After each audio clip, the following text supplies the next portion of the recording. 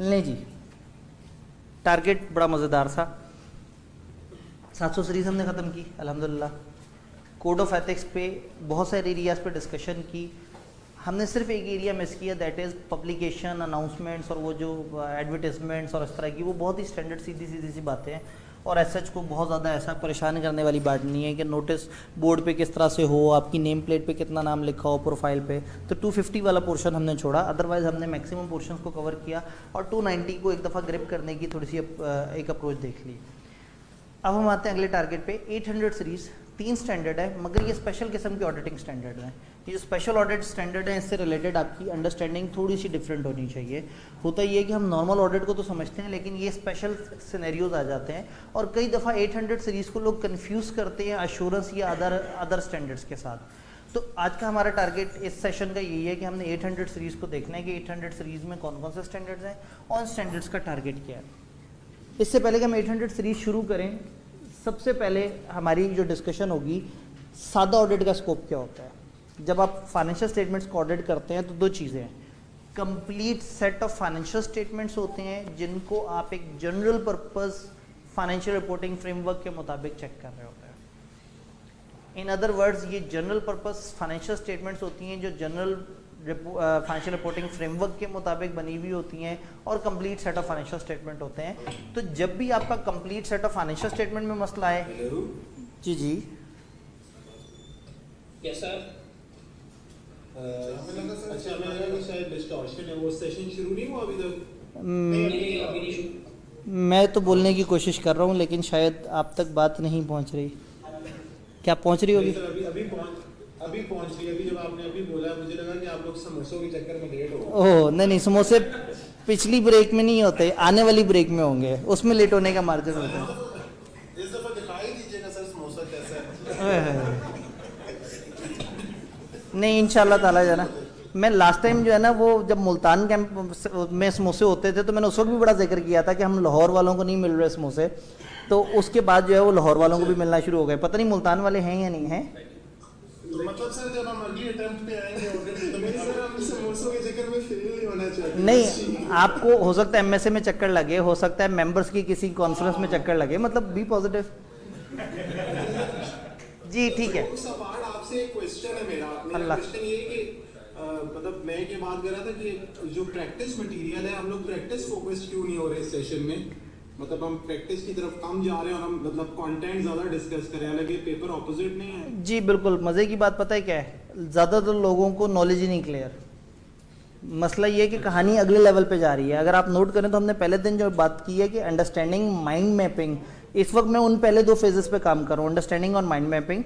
साथ में अगर आपने नोट किया हो तो मैंने कुछ पास पेपर के क्वेश्चंस हाईलाइट भी किए हैं कि जिसमें आप थोड़ा सा उसको राइटिंग की तरफ, अगर हम प्रैक्टिस की तरफ जाएं तो बहुत आसान काम है। 4 घंटे में 3 सवाल डिस्कस होंगे, 4 घंटे खत्म हो जाएंगे, मैं सुकून से घर चला जाऊंगा और आप उसके बाद कहेंगे लो पता तो कुछ लगा ही नहीं, बस ये पता लगा कि सवाल ऐसे सॉल्व हो रहा है।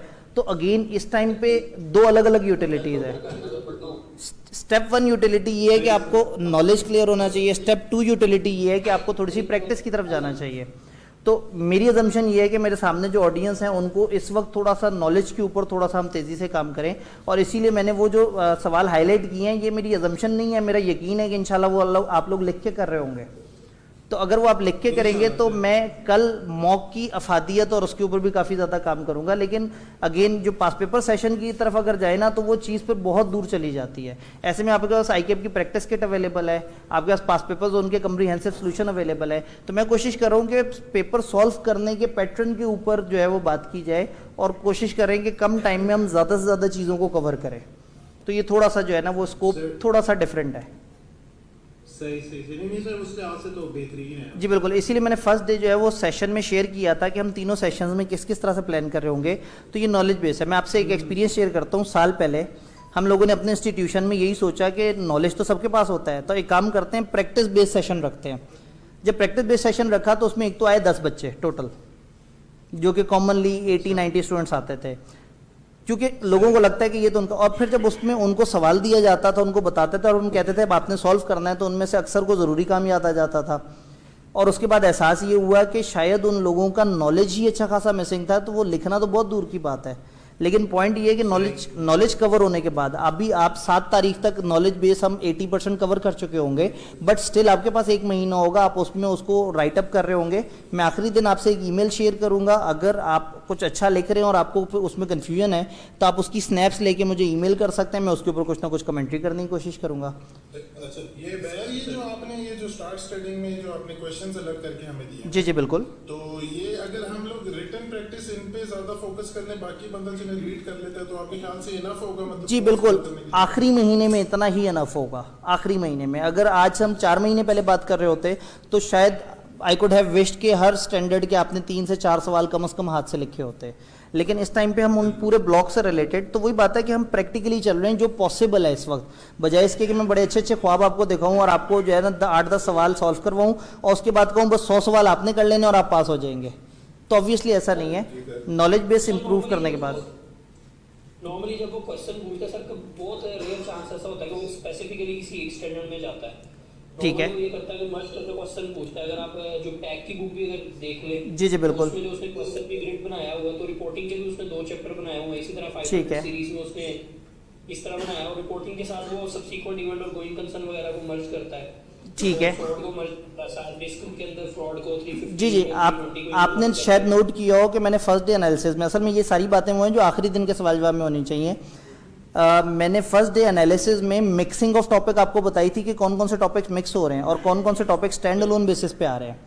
तो आप गौर से देखेंगे तो 700 सीरीज या रिस्क असेसमेंट मिक्स हो रहा है, तो हम उसको मिक्स के तौर पे ही लेके चलेंगे और हम उसको, जब हम रिस्क असेसमेंट की बात करेंगे तो उसको मिक्स आंसर करने की बात करेंगे। फिर 700 सीरीज में आपने शायद नोट किया हो, मैंने 705 और 6 को अप्रोच करने का अलग तरीका बताया।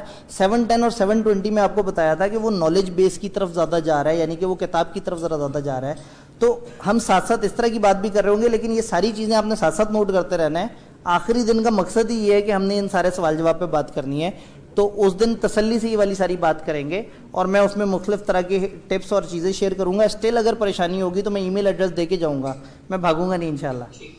तो इस वक्त मकसद यही है कि मैंने 2-3 दफ़ा ये अजम्पशन लेके ट्राई किया है कि प्रैक्टिस सेशन करवाया जाए, तो पता ये लगता है कि जिनकी प्रैक्टिस करवानी है वो आके कहते हैं कि सर 800 रिवाइज कब हुआ था, तो कई दफ़ा ना बड़ा मुश्किल हो जाता है उनके लिए। या कोड ऑफ एथिक्स में अभी मैं 290 की बात की तो मुझे नज़र आ रहा था कि अक्सर ऑडियंस तो सोच रहे थे कि सर पता नहीं कौन से एरिया की कितनी डिटेल से बात कर रहे हैं। अब मैं आपको एक रिटर्न प्रैक्टिस कराता रहूँ और आपको बताऊँ ना कि 290 का मैप कैसे पिक होगा, तो वो थोड़ा सा मुश्किल हो जाता है। बट स्टिल मैं आपको एक और हिंट भी दे देता हूँ।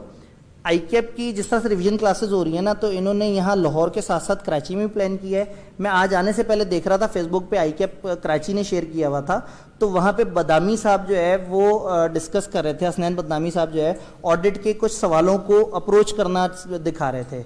आप ज़रूर वो सेशन भी अटेंड करें, उन्होंने वो प्रैक्टिस बेस्ड अप्रोच को लेके चले हैं। तो नॉलेज बेस आपको यहाँ से मिल जाएगी, प्रैक्टिस बेस आपको वहाँ से मिल जाएगी, तो आप दोनों को मिक्स करके शायद एक रीजनेबल लेवल पे पहुँच जाए। तो आप वो देखिएगा। आई बिलीव, हमें आप पे बिलीव है, हम और किसी को नहीं मैं इंतहाई पॉजिटिवली आपको बता रहा हूँ। असल में मैं नॉलेज बेस पे चल रहा हूँ, लेकिन ऑब्वियसली एप्लीकेशन इज़ इम्पॉर्टेंट। और मेरी अजम्पशन ये है कि आप 1 महीने में प्रैक्टिस करेंगे, बट वो वेबसाइट पे वो चीज़ें सेव हुई भी होंगी आईकैप के मतलब फेसबुक पेज पे। तो जब आप नॉलेज बेस बना लें तो आप ज़रूर देखिएगा कि पेपर को अटेम्प्ट करते हुए उन्होंने जो टिप्स एंड टेक्निक्स दी होंगी वो ऑब्वियसली बड़े अच्छे तरीके से लेके चले होंगे। तो दोनों चीज़ें इंपॉर्टेंट है, नॉलेज भी इंपॉर्टेंट है, एप्लीकेशन भी। लेकिन मैं अजम्पशन ले रहा हूँ कि इस वक्त नॉलेज पे पहले काम करके, और 1 महीना जब आपके पास होगा तो आप कम से कम उन 44 क्वेश्चंस को जरूर लिखेंगे। जब आप लिखना शुरू करेंगे ना तो आपको ऑटोमेटिकली बहुत सारी चीज़ें नजर आएंगी जो आपकी गलतियाँ हैं। फिर एग्जामिनर कमेंट्स पढ़ने हैं, तो लास्ट डे हम ये सारी बातें करेंगे। मैं आपको जाते जाते पूरी अप्रोच बताऊंगा इंशाल्लाह। लेकिन इस वक्त सामने वाले लोग सर जी, आपके ना ये जो स्लाइड्स आती हैं बहुत ब्लर सी आ रही हैं, ये थोड़ी सी बेहतर हो सकती है इनकी क्वालिटी? ये डिपेंड करता है आपके पास नेट कैसा चल रहा है। सर धरना हो रहा है पीछे बैक पे, तो शायद नेट का। हाँ, तो वो असल में वो फेसबुक के ऊपर जो है वो स्ट्रीमिंग पे डिपेंड करता है, क्योंकि यहाँ से एग्जैक्टली मेरी कंप्यूटर स्क्रीन आप तक पहुँच रही है। चलिए ठीक है सर। हाँ, नहीं वो लाइट ऑफ का ताल्लुक नहीं है, वो ये नहीं पहुँच रहा, ये पहुँच रहा है, मतलब इससे डायरेक्ट जा रहा है ना, इससे डायरेक्ट जा रहा है। ले जी शुरू करते हैं। और मैं एक दफ़ा दोबारा याद करा दूँ, अगेन आप लोगों की अपनी ब्रेक्स ख़राब होती हैं, कोई मसला नहीं, कि कल हम लोगों ने क्वेश्चन आंसर सेशन के लिए टाइम रखा हुआ है और ये तमाम लोगों को मैंने रोक रोक के उनसे पूछना है कि आपके सवाल कहाँ हैं। तो सवाल जो है वो इंशाल्लाह ताला जो है वो हम कल डिस्कस कर रहे होंगे। जाते हुए मैं कुछ और अप्रोच भी आपको बताऊंगा। और जैसे मैंने आपको बताया कि मैंने अभी आज देखा कि वो आईकेप कराची की तरफ से उनका एक बड़ा मज़े का सेशन चल रहा था जिसमें वो रिटन प्रैक्टिस के ऊपर बात कर रहे थे। ऑब्वियसली ये चीज़ भी इंपॉर्टेंट है। तो नॉलेज बेस के साथ जिस वक्त आप राइटिंग की प्रैक्टिस करें तो आपने फेसबुक पेज पर जाना है और एक दफ़ा देखना है कि उन्होंने आपको डिफरेंट सवालों को सॉल्व करते हुए मुख्तलिफ अप्रोचेस क्या सजेस्ट किए हैं। तो उससे ये है कि एक ओवरऑल एक अच्छी वर्किंग मिल जाती है। जो भी जहाँ पे भी जिस भी तरीके से बताता है वो चीज़ इंपॉर्टेंट होती है। तो मुझे बड़ा अच्छा लगा कि वो बड़े अच्छे तरीके से उसको एक प्रैक्टिस करने के पैटर्न आपको बता रहे थे। तो हमारा जो टारगेट है वो थोड़ा सा नॉलेज बेस ज़्यादा है, अजम्पशन लेते हुए कि आप शायद वो 44 सवाल हाथ से लिखेंगे, मतलब इस उम्मीद पे कि आप इस एक महीने को इस्तेमाल करेंगे इंशाल्लाह। जी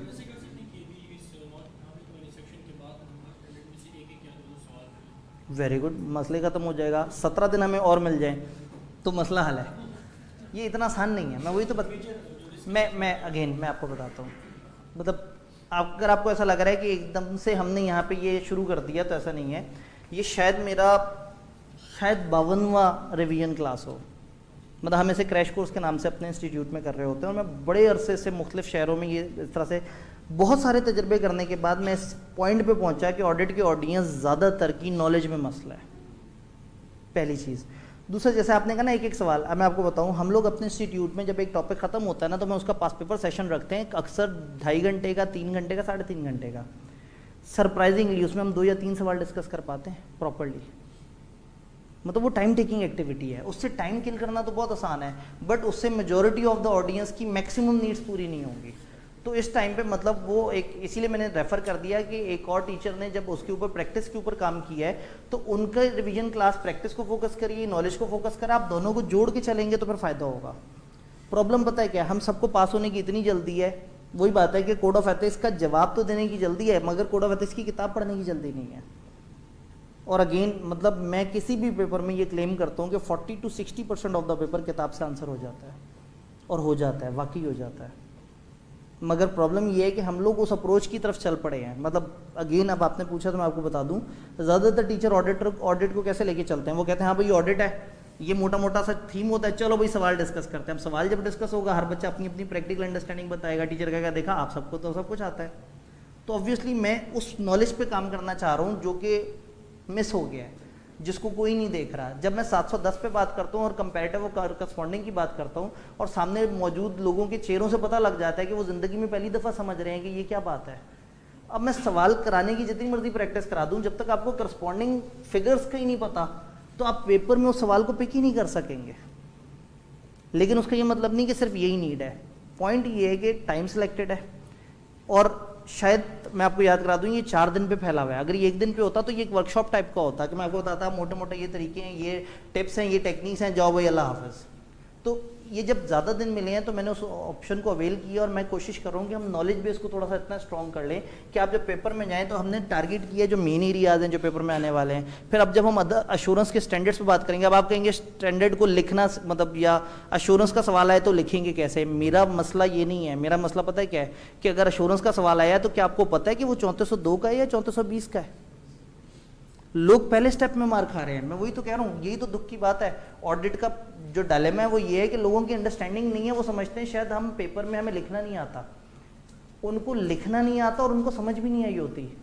आप दोबारा से जाके अगर पहले दिन का सेशन देखेंगे ना तो मैंने स्टेप बाय स्टेप सारी बात की थी कि अंडरस्टैंडिंग पहला फेज है, फिर मैप बनाना है, फिर बेसिक असेसमेंट करनी है कि क्या सवाल देख के समझ आ रहा है, और देन आखिरी फाइनल असेसमेंट का है मैंने राइटिंग वाली चीज़ को। मैं उसको हल्की बात नहीं कह रहा, मगर तब कर सकते हैं जब आपकी नॉलेज बेस बनी हुई है। तो आपने रिटर्न असेसमेंट करनी है और फिर अगेन फुल लेंथ मॉक, जो कि सबसे इंपॉर्टेंट चीज़ है जिसका मैंने आखिरी दिन डिस्कशन करनी है। आपको याद होगा मैंने कहा था आखिरी 2-3 स्टेप मैंने डिस्कस करने हैं अभी। तो अगेन मतलब ये अलग अलग अप्रोचेज हैं। आई बिलीव कि पहले नॉलेज बेस्ड स्ट्रॉन्ग होनी ज़रूरी है और देन उसके ऊपर जो है वो एप्लीकेशन बेस्ड या सवाल को किस तरह से लेके चलना है। तो शायद सेशन के एंड पे आखिरी दिन मैं आपको एक आध ऐसा लिंक बताऊं जहां मैंने 25-30 सवाल प्रैक्टिस करवाए हों लिख के। थोड़ा सा हौसला तो करें, थोड़ा सा एक दफ़ा सेशन एंड तक जाने तो दें। हो सकता है मैंने ड्रामाई अंदाज में उसको पेश करना हो जी। तो हम बात करने लगे थे 800 सीरीज़ की। 800 series is about special audits, ये नॉर्मल ऑडिट्स नहीं है। एंड आई बिलीव कि अक्सर लोगों को 8-10 का कई दफ़ा नाम ही नहीं पता होता।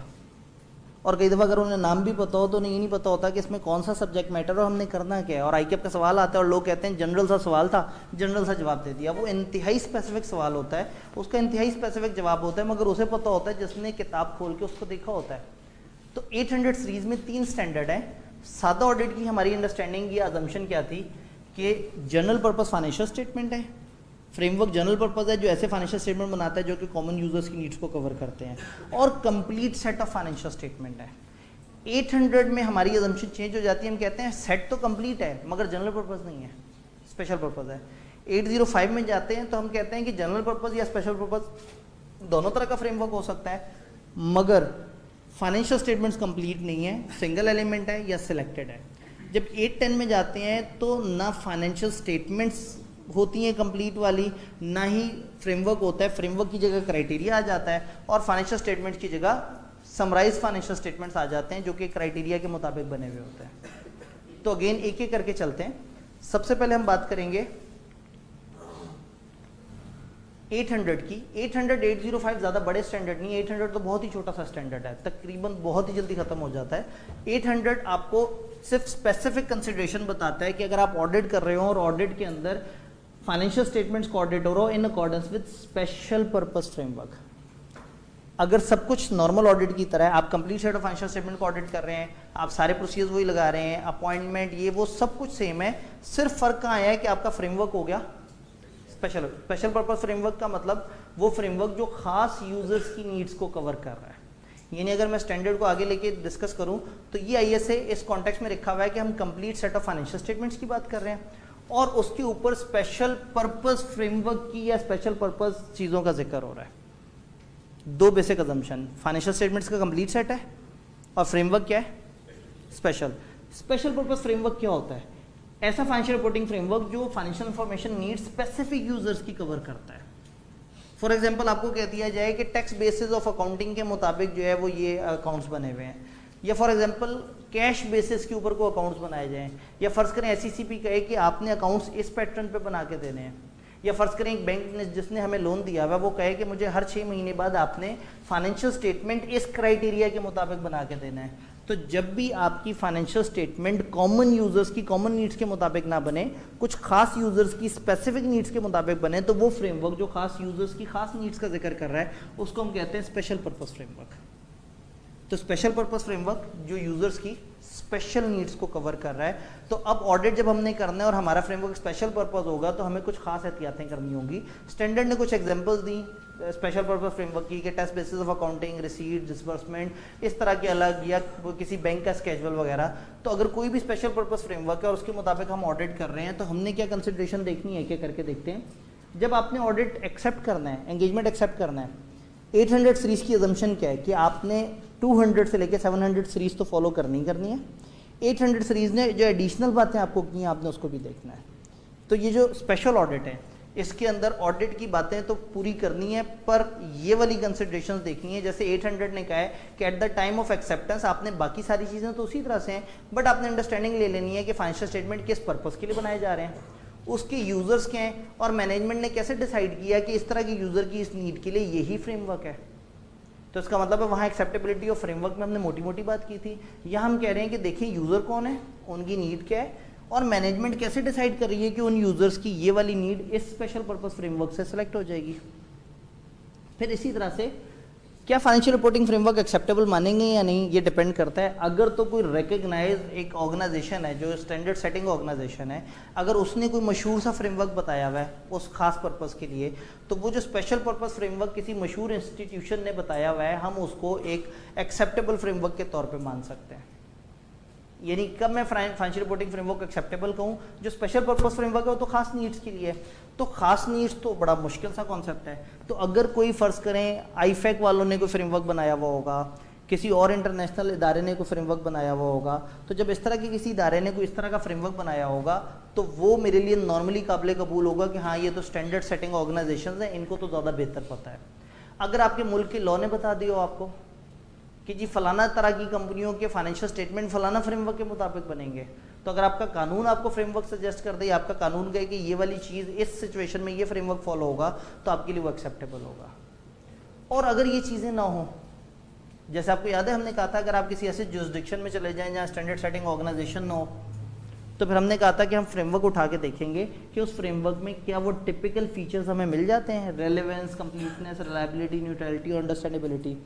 तो अगेन स्पेशल पर्पस फ्रेमवर्क में at the time of acceptance जो एक एहतियात है वो ये है कि यूजर्स कौन है, उनकी नीड्स क्या है और ये किस तरह का फ्रेमवर्क है, क्या ये उनकी नीड्स को कवर कर रहा है या नहीं कर रहा। ये बात समझ आई। देन जब आपने ऑडिट परफॉर्म करना है या प्लान करना है तो अब आपके लिए बड़ा ज़रूरी है कि जब आप स्पेशल पर्पस यूजर्स की स्पेशल नीड्स की बात कर रहे हैं तो क्या हमारे सारे आईए से रेलेवेंट भी है या नहीं है, क्या जो एथिकल रिक्वायरमेंट्स हमने ओवरऑल पूरे फाइनेंशियल स्टेटमेंट्स के ऑडिट में फॉलो करनी होती हैं, क्या ये स्पेशल पर्पस के अंदर हमें वो फॉलो करना होगा या नहीं।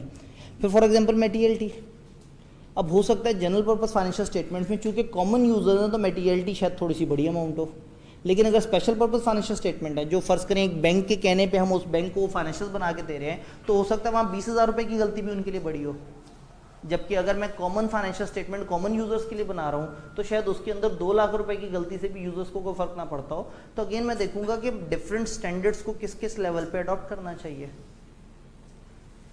जब भी फाइनेंशियल स्टेटमेंट्स बनाए जा रहे हैं किसी स्पेशल पर्पस फ्रेमवर्क के मुताबिक तो आईएसए सारे शायद रेलेवेंट ना हो, आप देखेंगे जो आईएसए रेलेवेंट है उन आईएसएस को अडॉप्ट किया जाए और जो आईएसए रेलेवेंट नहीं है जैसे आईएसए का सिलेक्टेड एरिया रेलेवेंट है फिर आप उनके ऊपर काम करेंगे। अगर फाइनेंशियल स्टेटमेंट बनाई जा रही हो ऐसे फ्रेमवर्क के मुताबिक जो कि कॉन्ट्रैक्ट की प्रोविजंस है, अब कई दफ़ा वही बात है बैंक के केस में क्या होता है, बैंक से आपने लोन लिया, बैंक ने आपके कॉवेनेंट ऐड कर दिया, उसने कहा जी मुझे हर 6 महीने या साल बाद आपने इन रूल्स के ऊपर रिपोर्टिंग करनी है। तो जब आप बैंक को रिपोर्टिंग कर रहे हैं तो जाहिर है वो फाइनेंशियल स्टेटमेंट जिस क्राइटेरिया के मुताबिक बने हैं वो एक कॉन्ट्रैक्ट की प्रोविजंस है।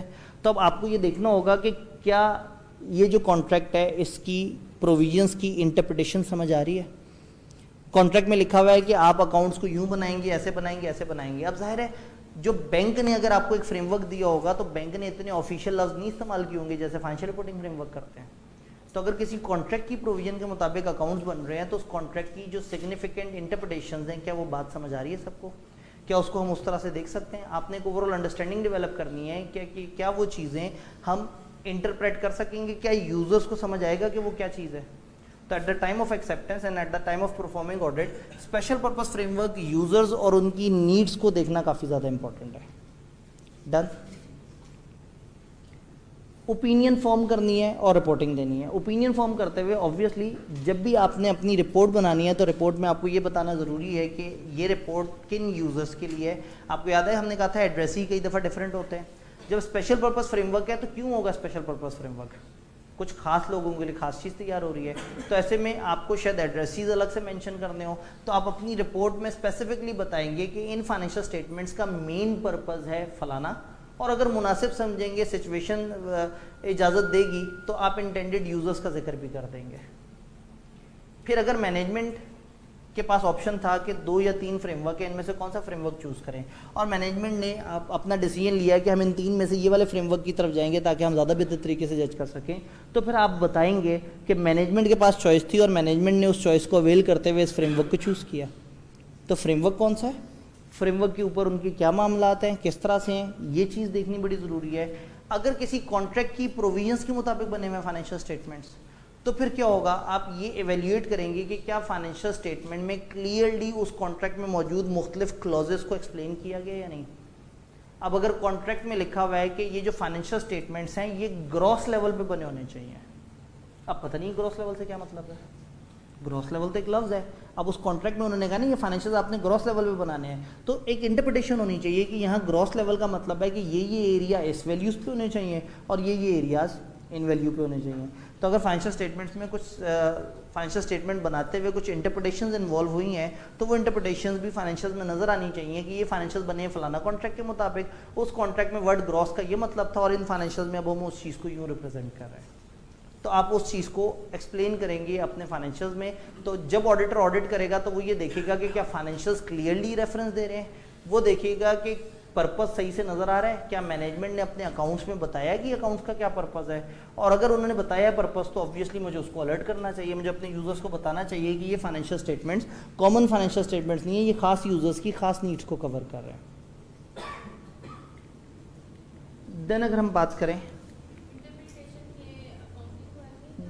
जी, कॉन्ट्रैक्ट की इंटरप्रिटेशन, मतलब उस कॉन्ट्रैक्ट के जो मुख्तलिफ जार्गन्स हैं उनकी इंटरप्रिटेशन, उनका मतलब क्या है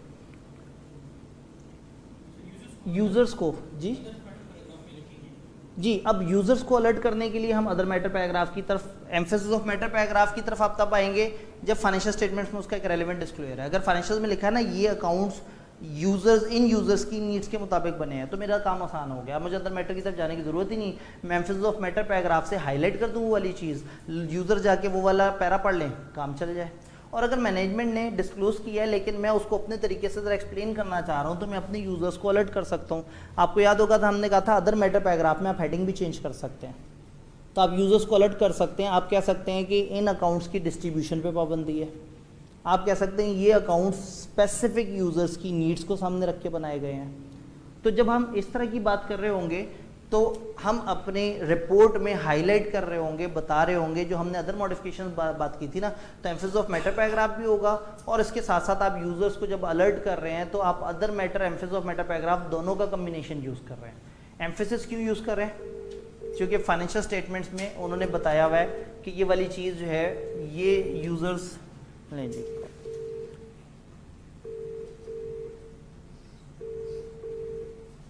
मीटिंग फुल हो गई सर वॉइस कट ऑफ हो गई है। आवाज़ तस्वीर आ रही है, हमारी तरफ से तस्वीर कट हो गई है। वॉइस कट की है सर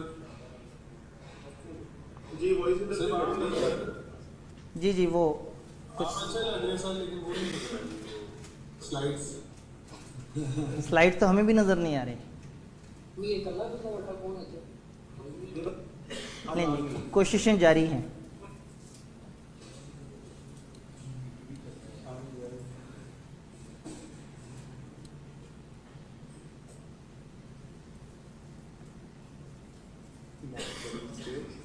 अभी क्लियर है जी? कंटेंट और आवाज़ दोनों आ रहे हैं?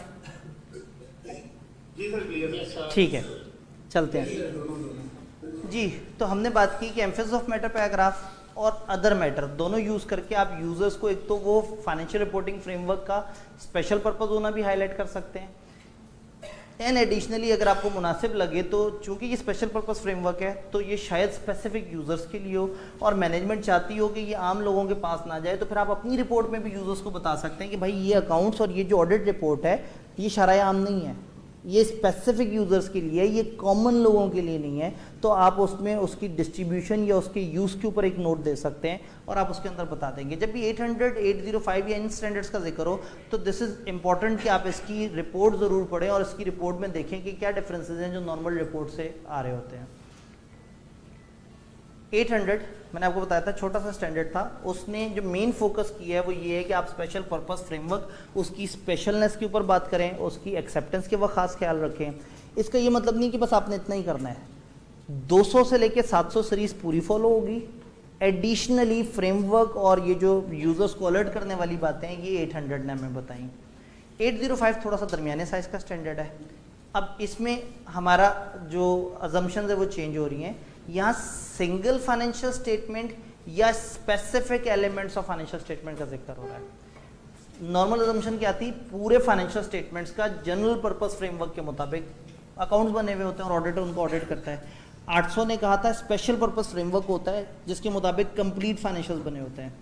805 कह रहे हैं कंप्लीट फाइनेंशियल नहीं, अकेली सिंगल फाइनेंशियल स्टेटमेंट, मतलब कोई एक फाइनेंशियल स्टेटमेंट जैसे कैश फ्लो स्टेटमेंट, जैसे स्टेटमेंट ऑफ कॉम्प्रिहेंसिव इनकम, किसी एक स्टेटमेंट का अगर ऑडिट हो रहा हो या किसी एलिमेंट का ऑडिट हो रहा हो। अब एलिमेंट और फाइनेंशियल स्टेटमेंट के ऊपर बात करते हैं तो जब भी कंप्लीट फाइनेंशियल स्टेटमेंट से कम चीज़ का ऑडिट हो रहा हो तो फिर वो जनरल और बाकी स्टैंडर्ड्स में नहीं आएगा, वो स्टैंडर्ड में आ जाएगा। अगर वो एक कंप्लीट स्टेटमेंट है तो हम उसको सिंगल फाइनेंशियल स्टेटमेंट कहेंगे। वो जो आपके फ्रेमवर्क ने आपको फाइनेंशियल स्टेटमेंट बताई हैं, हम पाकिस्तान में मौजूद हैं, हम जब IS 1 और इन चीज़ों को देखते हैं तो वो हमें बताते हैं कि 4 स्टेटमेंट्स होती हैं और 5 में नोट्स और इस तरह की चीज़ें होती हैं। लेकिन हो सकता है आप किसी और मुल्क में गए हो तो वहाँ 11 तरह की स्टेटमेंट हो। तो जितनी भी स्टेटमेंट्स हैं अगर उनमें से आप किसी एक अकेली स्टेटमेंट को ऑडिट कर रहे हैं तो वो स्टैंडर्ड के स्कोप में आएगी, या किसी खास एरिया का, element is any area, non current assets के स्केड्यूल का ऑडिट हो रहा है, डेप्रिसिएशन की वर्किंग का ऑडिट हो रहा है, या फॉर एग्जांपल आपको कंट्रोल अकाउंट मिला, या फॉर एग्जांपल फाइनेंशियल स्टेटमेंट में मौजूद जो है वो 3 नोट्स मिले प्रोविजनिंग और फलाना को लेके आप उसको ऑडिट कर रहे हैं।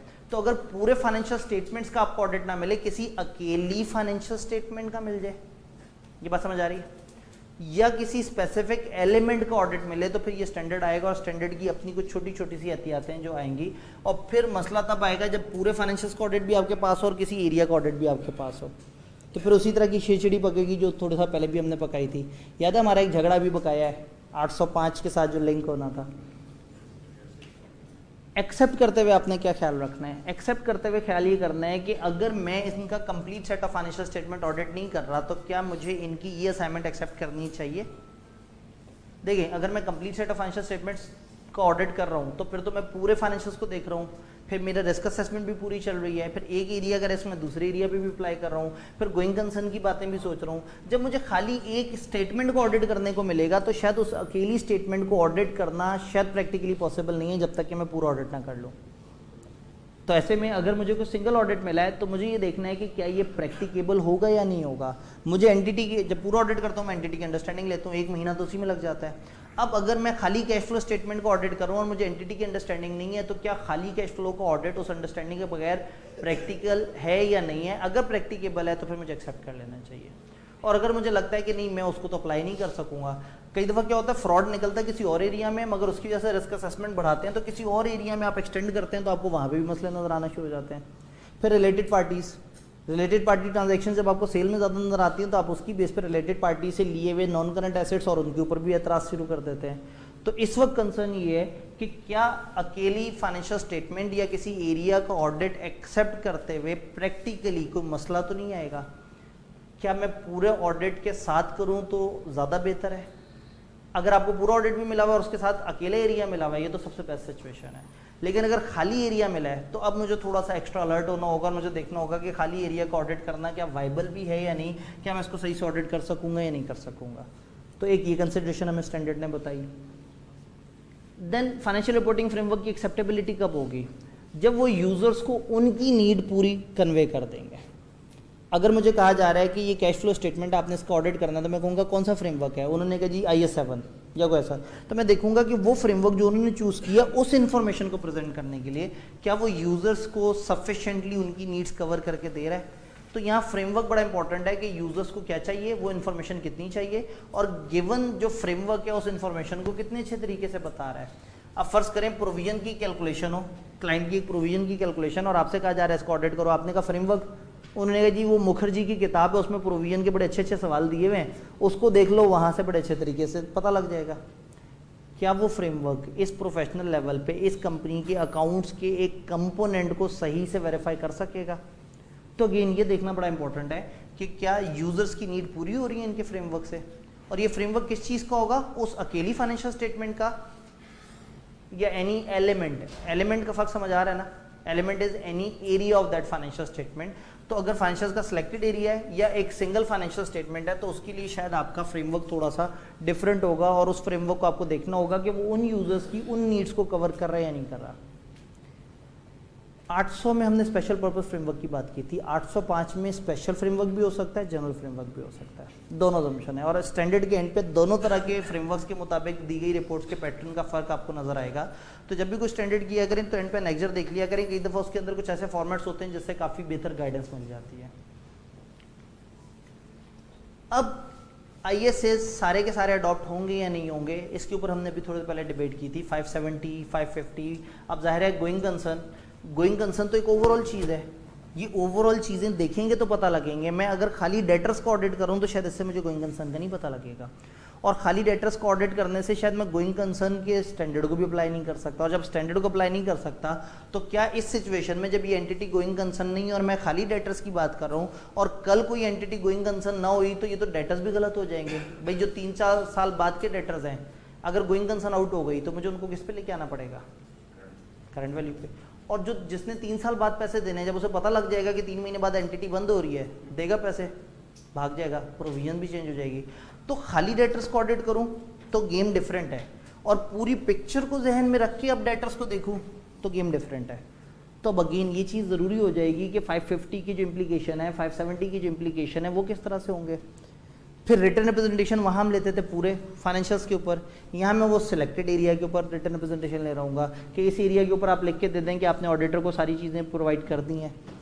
फिर अगेन वो जो चीज़ें आपस में कनेक्टेड हैं वो क्या सर्व कर रही हैं पर्पज़ या नहीं। तो कहने का मतलब ये है कि जो मामला हमने 800 में देखा था वही 805 में भी आएगा कि शायद सारे स्टैंडर्ड रेलेवेंट नहीं होंगे, और फिर अगर सारे स्टैंडर्ड रेलेवेंट नहीं होंगे तो स्टैंड अलोन एरियाज पे काम करने से क्या मेरे ऑडिट की सेहत पे फ़र्क तो नहीं पड़ेगा, और अगर ऐसा है तो मुझे वो ऑडिट एक्सेप्ट नहीं करना चाहिए। बात कुछ को समझ आई? अब मज़े की कहानी शुरू होती है। अगर मैं एक वक्त में दो काम कर रहा हूँ, अगर complete set of financial statement पे भी मैं ओपिनियन दे रहा हूँ और किसी अकेली स्टेटमेंट या किसी अकेले एलिमेंट पे भी ओपिनियन दे रहा हूँ। अब अगर मैं आपको बताऊं कि आई के अपने सवाल पूछे और डायरेक्ट सवाल पूछे और ओपन बुक वाला सवाल पूछे, और आपको ये भी बताऊं कि एग्जामिनर कमेंट में वो तकरीबन रोना शुरू हो जाता है कि लोगों को समझ ही नहीं आ रहा। प्रॉब्लम ये है, ये बहुत बड़ा इशू है। हम 210 के ऊपर बहुत ही गैर ज़रूरी बातों पे फालतू की डिस्कशन कर रहे थे, आई के अपने बीच में से 17 नंबर का सवाल उठा के पूछ लिया, 12 नंबर का सवाल उठा के पूछ लिया। ऑब्वियसली ये सारी चीज़ें इंपॉर्टेंट है और वो फिर ओपन बुक को यूज़ करना है। कम से कम ये चीज़ें हमें पता हो कि ये किस डायरेक्शन में जा रही हैं, तो पेपर में बैठ के तुक्का नहीं लगाना और तुक्के पे कॉन्फिडेंट नहीं हो जाना कि मैं तो आखिरी दिन तक आखिरी टाइम तक लिखता जा रहा था। ये चीज़ें एक्सप्रेसली आपको पता होनी चाहिए। आपका मैप्स क्लियर हो तो हो सकता है पेपर में सवाल आए और आप गलती से 800 सीरीज़ को उठा के एश्योरेंस के स्टैंडर्ड में डाल दें और बड़े फ़ख्र से पूरी रिपोर्ट लिख के आ जाए। तो अब टेक्निकल इशू आ गया, पूरे फाइनेंशियल्स का ऑडिट भी आपके ज़िम्मे है और सिंगल स्टेटमेंट का ऑडिट भी आपके ज़िम्मे है। ऐसा क्यों होता है? पूरे फाइनेंशियल्स का ऑडिट भी हमारे ज़िम्मे है और एक अकेली स्टेटमेंट भी हमसे ऑडिट करवाई जा रही है। वो एंटिटी कहती है कि इसके ऊपर अलग से ऑडिट करना है, यानी कि उस अलग से ऑडिट में आपकी मटेरियलिटी और बाकी सारी चीज़ें उस अकेली स्टेटमेंट की हद तक हैं और आपने उसके ऊपर भी ओपिनियन देना है। अब अगर एक ऑडिटर को कहा जाएगा कि पूरे फाइनेंशियल्स भी तुमने ऑडिट करने हैं, सिंगल भी तुमने ऑडिट करना है, तो कोशिश करेगा कि दोनों को ज़रा अलग अलग ही रखा जाए, दोनों की असाइनमेंट अलग हो, दोनों का तरीका अलग हो, सारा कुछ है।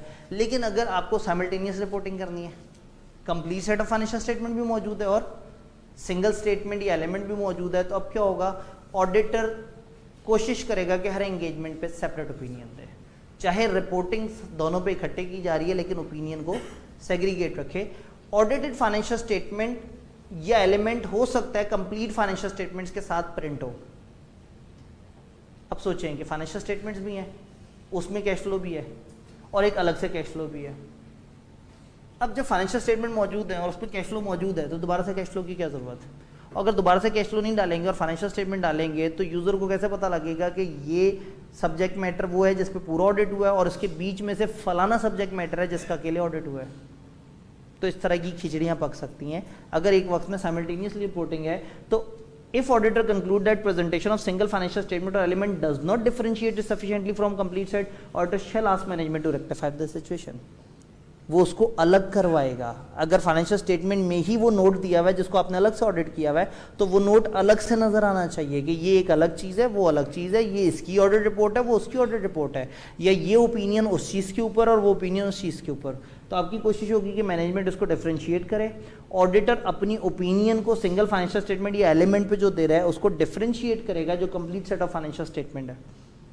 और देन जब तक ये डिमार्केशन नहीं की, जब तक उन्होंने ये डिफरेंशिएशन नहीं की, ऑडिटर मेन के ऊपर भी ओपिनियन नहीं देगा। यानी ऑडिटर इतना अलर्ट हो जाता है कि जब मेरे से पूरे सेट के ऊपर भी ओपिनियन ले रहे हो और सिंगल एलिमेंट, वो सिंगल फाइनेंशियल स्टेटमेंट या एक अकेले एलिमेंट पे भी ओपिनियन ले रहे हो, तो पहले इन सबको अलग अलग कर दो और जब ये अलग अलग हो जाए तो फिर मैं ज़्यादा बेहतर तरीके से ऊपर ओपिनियन दे सकूँगा। तो आपने अपनी रिपोर्ट होल्ड कर लेनी है जब तक कि वो आपको सेग्रीगेशन नहीं करके देते। डन जी, ये रिपोर्ट है क्या साइमल्टेनियस रिपोर्टिंग की बात है। हमारी कोशिश होगी कि अलग अलग हो। मसला कब आ रहा है? मसला तब आ रहा है जब एक ही रिपोर्ट में सब चल रहा है या एक ही डॉक्यूमेंट में सब कुछ हो रहा है। तो जब एक ही डॉक्यूमेंट में सब कुछ हो रहा है तो फिर मेरी कोशिश ये है कि एटलीस्ट ओपिनियन अलग अलग हो जाए।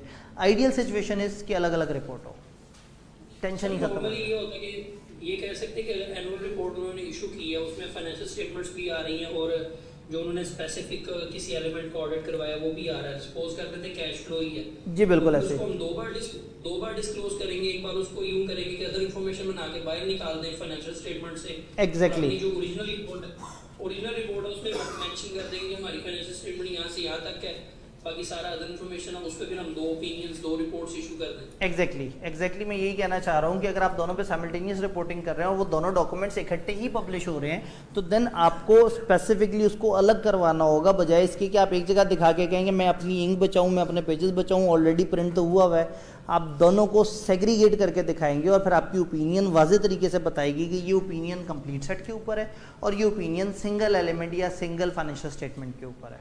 तो उसमें फिर ये भी कर सकते हैं कि जो complete set of financial statement पे हमारी जो ओपिनियन होगी उसमें हम फिर अदर मैटर पैराग्राफ भी डाल के मेंशन कर दें प्रॉपर्ली कि हमने किसी और फाइनेंशियल स्टेटमेंट का जो एलिमेंट है उस पे भी ओपिनियन दिया और ये ओपिनियन दिया, इस तरह जी, ये जो आप जो बात कर रहे हैं ना, ये तब होगा जब 2 अलग अलग रिपोर्ट्स हों। जब एक रिपोर्ट हो complete set of financial statement पे और एक रिपोर्ट हो किसी अकेले एरिया पे, तो आप दोनों जगह अदर मैटर में ज़रूर मेंशन करें कि हमारी एक दूसरी रिपोर्ट भी है जो कि एक डिफरेंट सब्जेक्ट मैटर के ऊपर डिफरेंट फ्रेमवर्क के मुताबिक है।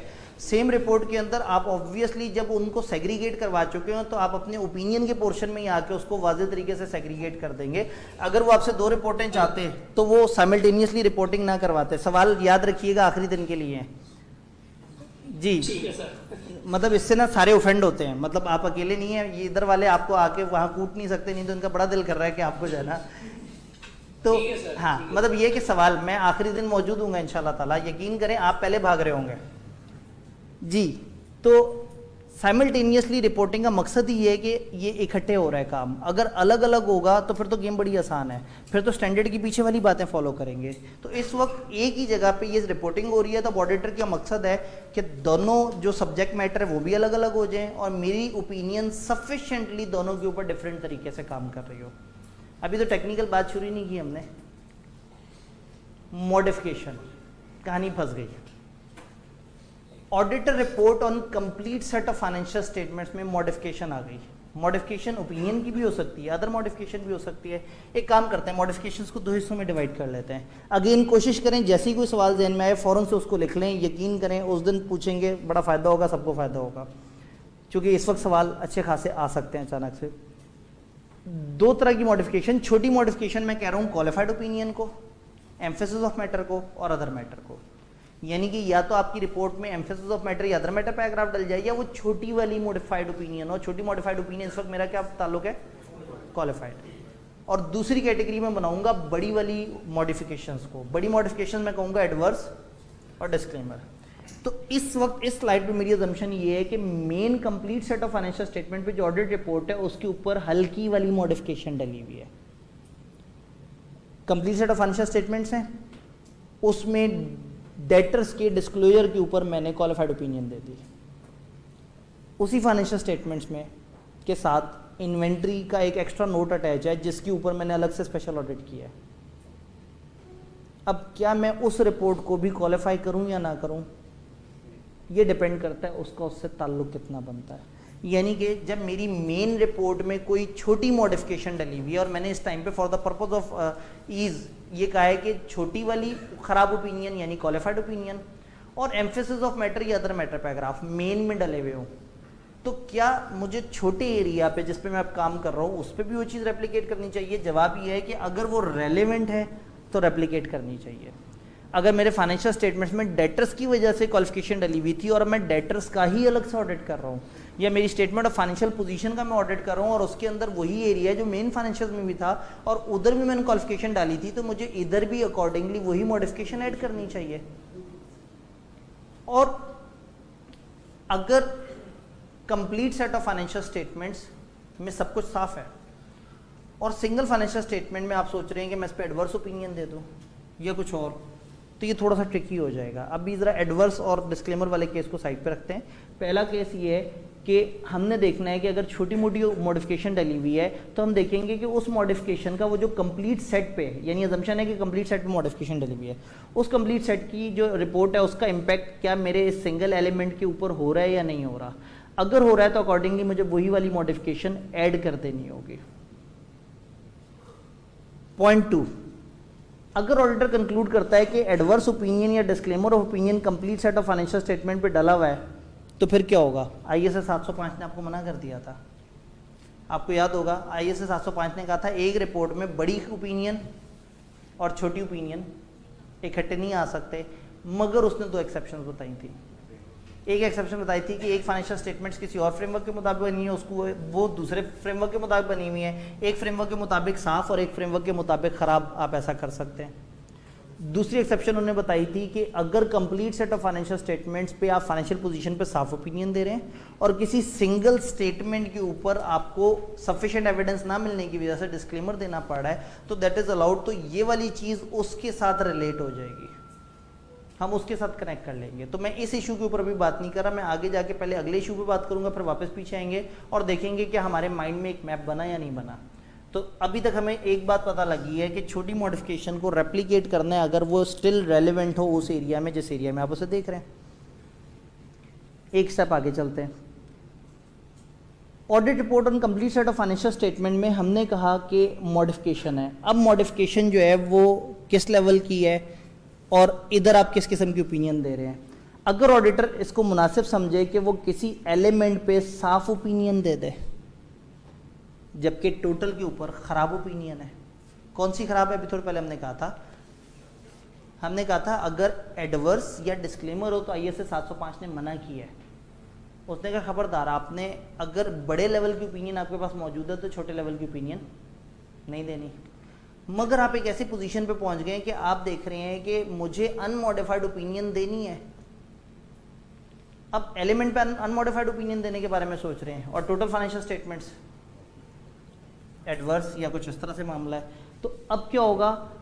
आप ऐसा सिर्फ तभी कर सकते हैं जब आपको लॉ ने ना रोका हुआ हो, ये ओपिनियन उस रिपोर्ट में हो जो कि उस रिपोर्ट के साथ ना हो जिसमें एडवर्स ओपिनियन या डिस्क्लेमर ओपिनियन है, एंड ये element major portion of complete financial statement ना हो। 3 शर्तें तीनों की तीनों पूरी होनी चाहिए, तब जाके आप ये ऑप्शन अवेल कर सकते हैं।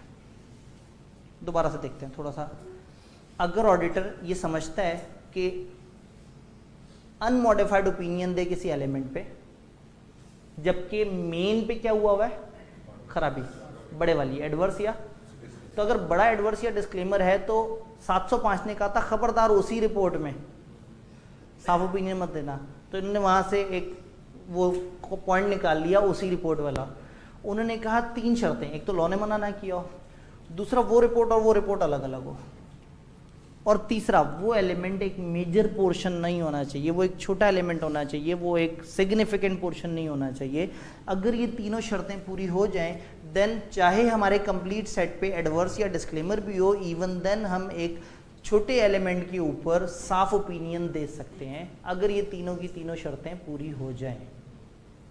आप नोट करेंगे मैंने एलिमेंट को हाईलाइट किया हुआ है। इस वक्त सिंगल फाइनेंशियल स्टेटमेंट का जिक्र नहीं हो रहा, सवाल साथ साथ नोट करते जाने हैं। सिंगल फाइनेंशियल स्टेटमेंट का जिक्र नहीं हो रहा, सिर्फ एलिमेंट का जिक्र हो रहा है।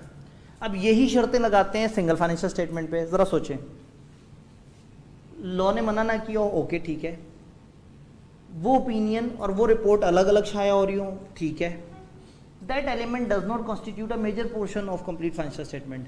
फाइनेंशियल स्टेटमेंट का जब एक सिंगल फाइनेंशियल स्टेटमेंट होगा तो ऑब्वियसली वो माइनर पोर्शन तो कहीं से नहीं कहला सकता। तो इसलिए स्टैंडर्ड ने कह दिया कि चूंकि सिंगल फाइनेंशियल स्टेटमेंट के ऊपर आप अनमॉडिफाइड ओपिनियन देने का सोच रहे हैं मगर उसमें वो मेजर वाली शर्त पूरी नहीं हो रही, तो भले अलग अलग रिपोर्ट ही क्यों ना हो, आप सिंगल फाइनेंशियल स्टेटमेंट पे साफ ओपिनियन नहीं दे सकते, आपको स्टैंडर्ड ने मना कर दिया। तो कहानी को थोड़ा सा कंप्रीहेंड करते हैं। मेन फाइनेंशियल स्टेटमेंट पे छोटी मॉडिफिकेशन डली हुई थी, तो सिंगल फाइनेंशियल स्टेटमेंट या एलिमेंट पे देखेंगे कि वो रेलेवेंट है या नहीं। अगर वो रेलेवेंट है तो उसको रेप्लिकेट कर देंगे, अब चाहे एम्फेसिस ऑफ मैटर पैराग्राफ हो, अदर मैटर पैराग्राफ हो या क्वालिफाइड ओपिनियन हो। अगर बड़ी मेन फाइनेंशियल स्टेटमेंट पे एडवर्स या डिस्क्लेमर ऑफ ओपिनियन है तो एलिमेंट या सिंगल फाइनेंशियल स्टेटमेंट पे साफ ओपिनियन देना थोड़ा सा मुश्किल है, मगर एलिमेंट में एक्सेप्शन अलाउड है। एलिमेंट के केस में अगर लॉ ने इजाज़त दी हो, छोटा एलिमेंट हो और एलिमेंट वाली रिपोर्ट और कंप्लीट वाली रिपोर्ट दो अलग अलग जगह पे मौजूद हो, वो इकट्ठी मौजूद ना हो और वो यूज़र को परेशान ना कर रही हो, तो एलिमेंट में इट इज़ अलाउड कि आप ऐसा कर सकते हैं अगर तीनों शर्तें पूरी हो जाएं। सिंगल फाइनेंशियल स्टेटमेंट में चूंकि तीसरी शर्त पूरी नहीं हो सकती तो उन्होंने कहा भले रिपोर्टें अलग अलग हों, आप सिंगल फाइनेंशियल स्टेटमेंट में ये वाला काम नहीं कर सकते। बात कुछ समझ आई? इससे पीछे अगर मैं कहानी रिवर्स करूं तो सिंगल फाइनेंशियल स्टेटमेंट या एलिमेंट पे अगर एडवर्स रिपोर्ट हो तो complete set of financial statements के साथ क्या करें? अब देखेंगे कि जिस मामले पे इधर एडवर्स रिपोर्ट है वो वाला मामला वहाँ क्या है। हो सकता है वहाँ मटेरियल ही ना हो, साफ ओपिनियन देते हैं। 705 ने मना किया हुआ है, 705 ने तो मना किया हुआ है। उन्होंने कहा साफ और ख़राब, बहुत ख़राब और साफ ओपिनियन एक ही जगह नहीं आ सकते।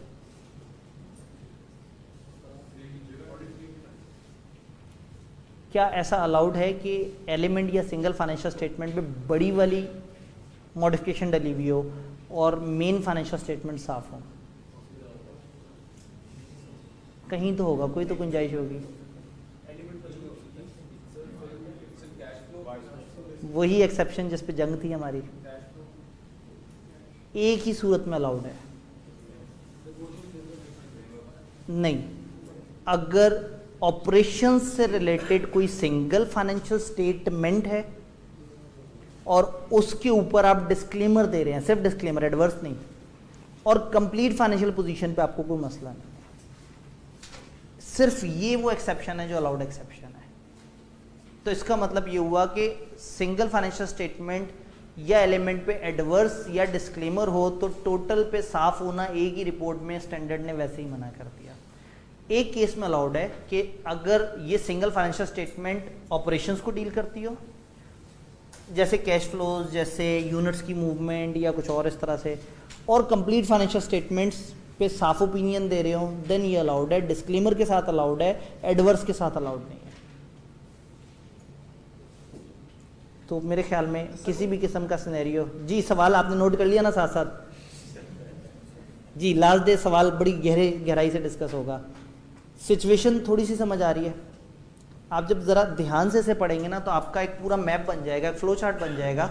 दो चीज़ें, छोटी वाली चीज़ और बड़ी वाली चीज़। बड़ी वाली चीज़ में छोटा मसला, तो छोटी वाली चीज़ में भी वही छोटा मसला ज़रूरी हो तो रेप्लिकेट कर दें। बड़ी वाली चीज़ में बड़ा मसला, क्या छोटी को साफ कह सकते हैं, एलिमेंट को साफ कह सकते हैं, 3 शर्तें पूरी हो जाएं। सिंगल फाइनेंशियल स्टेटमेंट को साफ नहीं कह सकते। और इसी तरह से अगर छोटी वाली चीज़ में बड़े वाली ओपिनियन डली हुई है तो बड़े वाले को साफ नहीं कर सकते, मना किया 705 ने। मगर 705 ने सिर्फ एक जगह इजाज़त दे दी है कि अगर छोटे वाले यानी कि सिंगल फाइनेंशियल स्टेटमेंट हो, ऑपरेशंस को डील करता हो और उस पर डिस्क्लेमर हो, this is the only exception जिसमें उसी रिपोर्ट में एक साफ ओपिनियन आप कंप्लीट सेट पे दे सकते हैं। अदरवाइज एक ही रिपोर्ट में कंप्लीट सेट पे साफ और दूसरे पे ख़राब ओपिनियन इकट्ठी देना स्टैंडर्ड ने मना कर दिया। तो स्टैंडर्ड ने 2 इजाज़तें दी हैं और बाकी इजाज़तें नहीं दी, तो जितना उन्होंने बताया फिर हम उसी के मुताबिक चलेंगे। ये सिर्फ डिस्क्लेमर, और डिस्क्लेमर भी उस ऐसे सिंगल फाइनेंशियल स्टेटमेंट पे जो ऑपरेशंस को डील करता हो, फाइनेंशियल पोजीशन को डील ना करता हो, जो ऑपरेशंस को डील करता हो। स्पेसिफिक उन्होंने फॉर एग्जांपल कैश फ्लो का है, क्योंकि हम पाकिस्तान में हमें ऑपरेशंस वाली एक ही स्टेटमेंट पता है, कैश फ्लो। तो अगेन सवाल आपने साथ साथ नोट किए। अब आते हैं मज़ेदार एरिया की तरफ। आपने सवाल पूछे तो समोसे वाली ब्रेक आपकी थोड़ी लेट हो गई, तो अब इसमें कुछ नहीं हो सकता। 8-10 ये ऐसा होता है, ये जो है ना, मतलब उन्हें मिल भी नहीं रहे, तो उनको तो पहले से ज़्यादा मिल गई है। जी report on summary financial statement.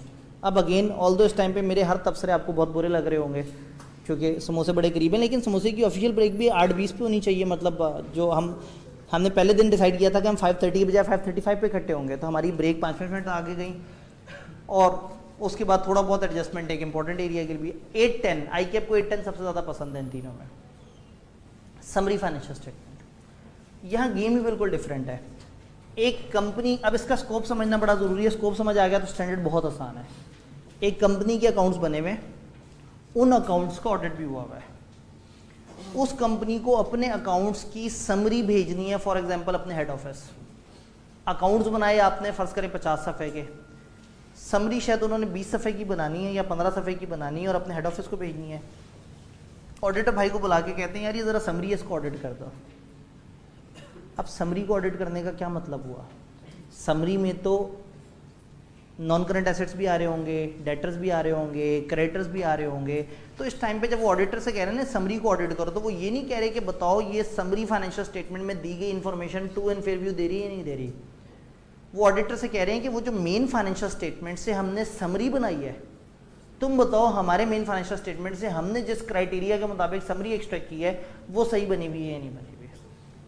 तो इधर हमारा पर्पस समरी फाइनेंशियल स्टेटमेंट की समरी सही तरह से बनी है या नहीं बनी इसके ऊपर ओपिनियन देना है, ना कि ये ओपिनियन देना कि summary financial statement true and fair view दे रही है कंपनी के अफेयर्स का। ऑडिट कंप्लीट फाइनेंशियल स्टेटमेंट का हो चुका है या नहीं हुआ वो किसी और का मसला है। अगर ऑडिट हो चुका है और उसके बाद उसकी समरी तैयार हो गई है तो मैंने इस समरी का ऑडिट करना है, और समरी के ऑडिट का मतलब है कि मैंने ये चेक करना है कि मेन फाइनेंशियल स्टेटमेंट से समरी सही से एक्सट्रैक्ट हुई है या नहीं हुई। तो शायद ये आधे दिन का ऑडिट है, शायद ये 2 घंटे का ऑडिट है, शायद आपने सिंपली फाइनेंशियल स्टेटमेंट उठाने हैं, इनका वो क्राइटेरिया देखना है कि ये उसको कैसे समराइज करते हैं। भाई समरी है तो इसका ये मतलब तो नहीं कि 2 लाख के जो डेटर्स हैं उनको 10,000 के कर देंगे, समरी हो गए। ऑब्वियसली समरी के अंदर शायद कुछ चीज़ों को अदर्स में डालें, कुछ जनरल डिस्क्लोजर्स क्लब कर दें, कुछ डिस्क्लोजर्स फेस पे दे दें, कुछ नीचे वाले डिस्क्लोजर खा जाएं, कुछ डिस्क्रिप्टिव चीज़ें गायब कर दें। मतलब क्या वो अपनी पसंद से करेंगे ये सब? नहीं, कोई ना कोई उनके पास एक क्राइटेरिया होना चाहिए जिस क्राइटेरिया की मदद से वो सब करे। तो ऑडिटर के ज़िम्मे सिर्फ ये है कि उन्होंने अपने उन फाइनेंशियल स्टेटमेंट्स को सही से समराइज किया है या नहीं किया। तो आपने ऑडिट नहीं करना फाइनेंशियल स्टेटमेंट्स का, आपने फाइनेंशियल स्टेटमेंट से जनरेट होने वाली समरी सही से समराइज हुई है या नहीं हुई इसके ऊपर आपने ओपिनियन देना है। अब मज़े की बात है, किसी और ने ऑडिट किया हो फाइनेंशियल स्टेटमेंट्स का और आपको कहा जाए ज़रा समरी पे ओपिनियन दे दो, और आप समरी पे ओपिनियन दें तो शायद आपकी ओपिनियन लोगों को मिसलीड करे। जब आप कहेंगे ना बड़ी कमाल समरी बनी हुई है, लोग समझेंगे शायद ऑडिटर कह रहा है बड़े अच्छे अकाउंट्स बने हुए हैं। तो एक अजम्पशन जहन में रखनी है, स्टैंडर्ड ने कहा है कि अगर मैं ही ऑडिटर हूँ असल वाले फाइनेंशियल्स का तो ही ये असाइनमेंट एक्सेप्ट हो सकती है, वरना नहीं हो सकती। वरना तो ये इतना ख़तरनाक हो जाएगा कि किसी और के फाइनेंशियल्स किसी और के ऑडिट किए हुए अगर मैं उसकी समरी पे बात करूं तो समरी के ऊपर ओपिनियन देना कंफर्म मिसलीडिंग है। वो क्या करेंगे, किसी हल्की सी फर्म से जो है वो ऑडिट करवा लेंगे मेन फाइनेंशियल्स का, और एक ब्रांडेड सी फर्म से कहेंगे ज़रा देखें समरी कैसी बनी हुई है, और रिपोर्ट ले लेंगे। वो बड़ी फर्म कह देगी इनकी समरी बड़ी कमाल बनी हुई है।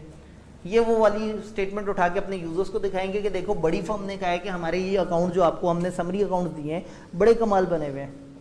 उन्होंने ये थोड़ी कहा है कि ये एक्यूरेट है, उन्होंने ये कहा है ये उससे सही से एक्सट्रैक्ट हुए हुए हैं, और अगर वो गलत हुआ तो ये भी गलत है।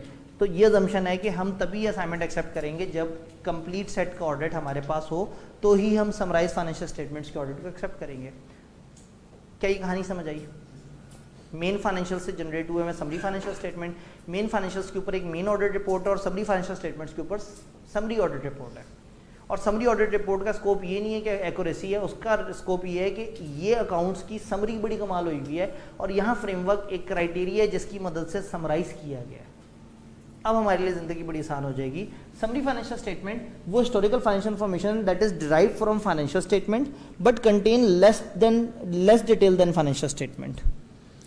मेन फाइनेंशियल से कम डिटेल आ रही होंगी but still providing a structured representation consistent with that provided.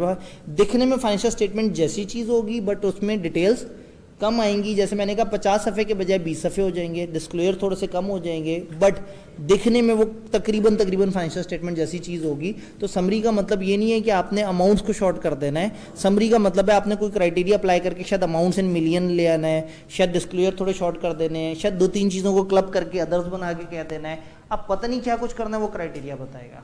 तो सबसे पहले तो समरी फाइनेंशियल स्टेटमेंट्स की हमने डेफिनेशन, अप्लाइड क्राइटेरिया वो criteria which is applied by management in preparation of summary financial statement. Summary financial statement जो main financial statement से इन्होंने बनाए हैं वो बनाते हुए जो क्राइटेरिया अप्लाई किया उसको हम कहेंगे applied criteria. Done. Engagement acceptance की शर्तें क्या है? ऑडिटर सिर्फ और सिर्फ तब एक्सेप्ट करेगा जब हम ही वो ऑडिटर हैं जिसको कंप्लीट फाइनेंशियल स्टेटमेंट का ऑडिट मिला है। तो ये तो हमारी सबसे बुनियादी कंडीशन हो गई कि if I am not the auditor of this entity तो मैं उनके समरी फाइनेंशियल स्टेटमेंट्स का ऑडिट एक्सेप्ट ही नहीं करूँगा, वो बहुत खतरनाक हो जाएगा। देन एक्सेप्ट करने से पहले मैंने ये देखना है कि क्या क्राइटेरिया एक्सेप्टेबल है, जिस क्राइटेरिया से ये समरी बना रहे हैं क्या वो क्राइटेरिया मुझे मुनासिब लग रहा है। देन मैनेजमेंट से एग्रीमेंट ले लेंगे कि समरी फाइनेंशियल स्टेटमेंट उनके ज़िम्मे है और ऑडिटेड फाइनेंशियल स्टेटमेंट उन तमाम यूजर्स को प्रोवाइड करना उनके ज़िम्मे है जिनके पास समरी फाइनेंशियल स्टेटमेंट है। यानी समरी फाइनेंशियल स्टेटमेंट जिस यूज़र के पास गई है और जिसके पास ऑडिटर की रिपोर्ट ऑन समरी गई है उस यूज़र का हक है कि उसको मेन फाइनेंशियल स्टेटमेंट भी मिले। तो ऑडिटर इस चीज़ को इंश्योर करेगा कि मैनेजमेंट ये एक्नॉलेज करे कि वो उन यूजर्स को या तो प्रोवाइड करेंगे वो इन्फॉर्मेशन, नहीं तो उनको फैसिलिटेट करेंगे। अगर उनको वो इन्फॉर्मेशन चाहिए होगी मेन फाइनेंशियल स्टेटमेंट, तो उनको जो है वो मेन फाइनेंशियल स्टेटमेंट दी जाएगी या उनको इजीली प्रोवाइड कर दी जाएगी, ताकि वो समरी फाइनेंशियल स्टेटमेंट की बेस पे अपने डिसीजंस मत लें। जहां डाउट हो वो मेन फाइनेंशियल स्टेटमेंट्स को रेफर कर लें, जहां कंप्रीहेंसिव डिटेल में सारी बातें आ रही हैं, जिसके डिस्क्लोजर ज़्यादा एलेबोरेटिव है। तो ऑडिटर उनसे ये फरमाइश करेगा और फिर वो कहेंगे कि ऑडिट रिपोर्ट अगर मेरे किसी भी डॉक्यूमेंट में डालें तो उसमें समरी फाइनेंशियल स्टेटमेंट्स मौजूद होनी चाहिए। यानी अगर हम कह रहे हैं ना कि हमने समरी फाइनेंशियल स्टेटमेंट्स का ऑडिट करवाया है, तो अगर ये जुमला बोल दिया है तो वहाँ समरी फाइनेंशियल स्टेटमेंट मौजूद है तो मेरी ऑडिट रिपोर्ट भी होनी चाहिए। और अकॉर्डिंगली अगर मेरी रिपोर्ट मौजूद है तो डॉक्यूमेंट समरी फाइनेंशियल स्टेटमेंट भी मौजूद होनी चाहिए। और तीसरी फरमाइश ये कि यूजर्स को मेन डॉक्यूमेंट या मेन फाइनेंशियल स्टेटमेंट्स तक की प्रॉपर एक्सेस होनी चाहिए।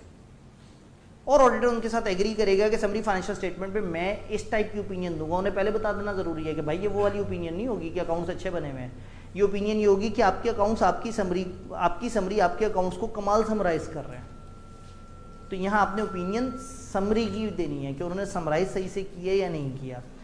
अगर ऊपर वाली कंडीशंस मुमकिन है तो ठीक है, ये असाइनमेंट एक्सेप्ट कर लेंगे। अगर इनमें वो उनके लिए पॉसिबल नहीं है तो हमारे लिए ऑडिट करना पॉसिबल नहीं है। क्राइटेरिया की एक्सेप्टेबिलिटी, अगेन ये चारों बातें वही हैं जो आपने से पीछे पढ़ी हुई हैं। एंटिटी की नेचर कैसी है, पर्पस क्या है इनका, यूजर्स की नीड्स क्या है, और अगेन कहीं वो मिसलीडिंग तो नहीं हो रही। फिर अगेन दो बातें जो हमेशा करते हैं कि अगर किसी रिकग्नाइज बॉडी ने क्राइटेरिया बनाया हुआ हो या लॉ ने कोई क्राइटेरिया दिया हो, ये हमारे लिए कॉमनली एक्सेप्टेबल ही होता है। सर ये एक जी, क्वेश्चन छोटा सा है कि ये कल इंशाल्लाह ताला सवाल जवाब का सेशन होगा। सर नहीं, बस वो रेलेवेंट था कि लो लेवल ऑफ एश्योरेंस बनेगी या हाई लेवल बनेगी। चलें, बहुत अच्छा लगा सवाल जी। थोड़ा सा अगर इंतज़ार कर लेंगे तो हो सकता है मैं आगे जाके बता दूं कि इसमें हमारी वर्डिंग किस तरह की होती है उसकी ओपिनियन की। नहीं तो कल सवाल जवाब का टाइम है, इंशाल्लाह हम सवाल जवाब ज़रूर लेंगे, टेंशन ना लें। एक्सेप्टेबिलिटी ऑफ क्राइटेरिया समझ आया? असल में वो दूर बैठे हुए उनको लग रहा है शायद यहाँ वालों के सवाल आंसर हो रहे हैं। यकीन माने यहाँ वाले भी खामोश बैठे हुए हैं, ये सुन रहे हैं।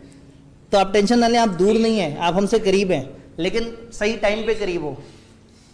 नहीं पूछते सर, आप क्वेश्चन नहीं पूछते, कल पूछेंगे इंशाल्लाह। जी मैं वही कह रहा हूँ ना, टाइम है इंशाल्लाह, उस टाइम पे तसल्ली से सवाल जवाब का सेशन कर लेंगे।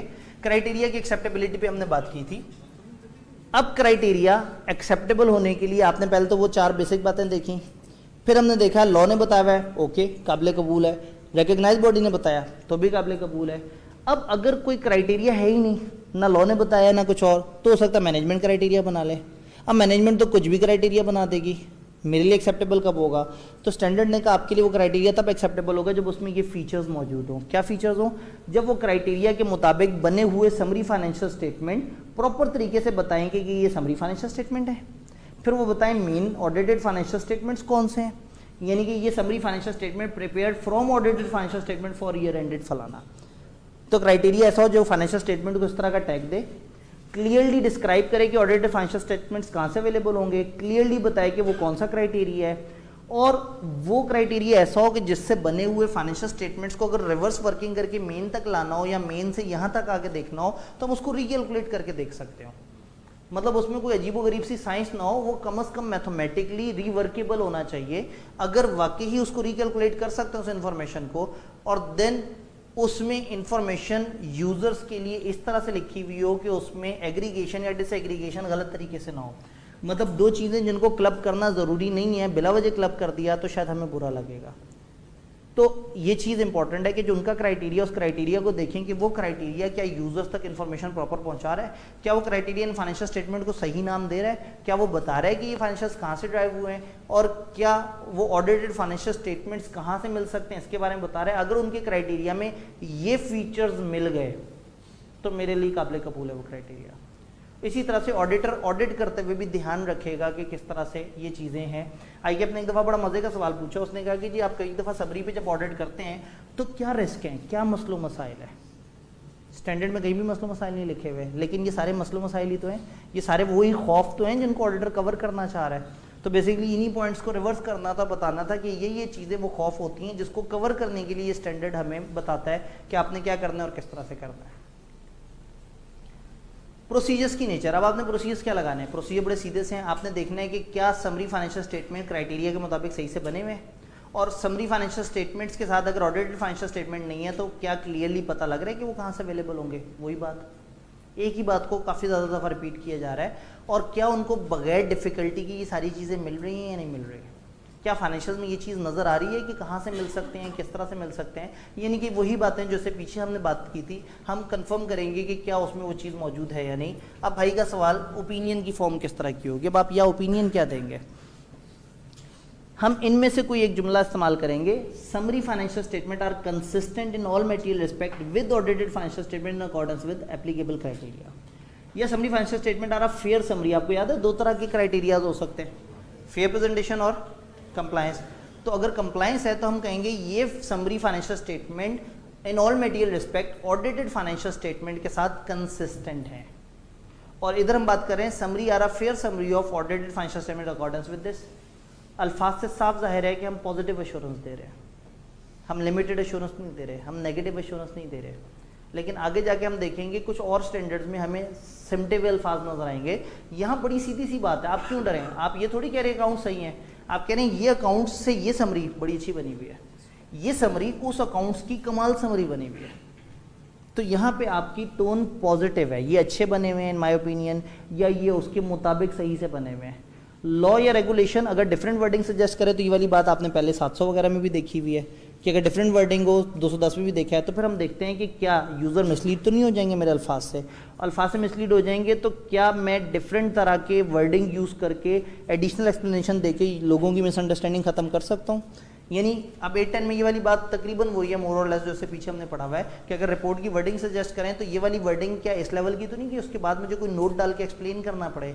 और अगर एडिशनल एक्सप्लेनेशन मिटिगेट ना करे तो आइडियली मुझे ये असाइनमेंट एक्सेप्ट ही नहीं करनी चाहिए कि ये असाइनमेंट जो है मैं इसको लेके नहीं चलूँगा। और अगर मैं इस असाइनमेंट को ले भी लूँगा तो मेरा ISA के मुताबिक नहीं करूँगा, मैं इसको किसी और तरह की एश्योरेंस या किसी और तरह की असाइनमेंट बना लूँगा, क्योंकि इसमें मेरी बेसिक शर्त तो पूरी नहीं हो रही। Then modified opinion on summary financial statement, फंस गए।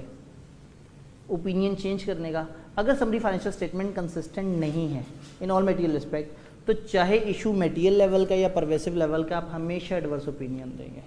वो है ही कितनी सी एंगेजमेंट, मतलब एक फाइनेंशियल्स को समरी करना था और उसी के अंदर गड़बड़ कर दी, तो ऑब्वियसली वो गड़बड़ मटेरियल लेवल की भी हो तो मेरे नज़दीक परवेसिव लेवल की है। यानी कि इतनी ख़राब नीयत कि बने हुए फाइनेंशियल स्टेटमेंट को बने हुए क्राइटेरिया के मुताबिक आपसे समराइज़ नहीं हुआ सही से।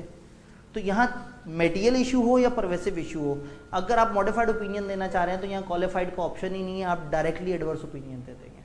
आप कहेंगे बहुत बेकार समरी बनी हुई है, ये समरी फाइनेंशियल्स के मुताबिक ठीक नहीं बनी हुई, हालांकि आपको इशू मटेरियल लेवल का है। तो परवेसिव इशू हो या मटेरियल लेवल का इशू हो, आपने हमेशा बड़ी वाली ओपिनियन दे देनी है, क्योंकि ये स्कोप ही बड़ा छोटा सा था, उसके अंदर भी गड़बड़ कर दी तो फिर तो मतलब ऐसे बंदों के लिए क्या करें, तो आप एडवर्स ओपिनियन दे देंगे।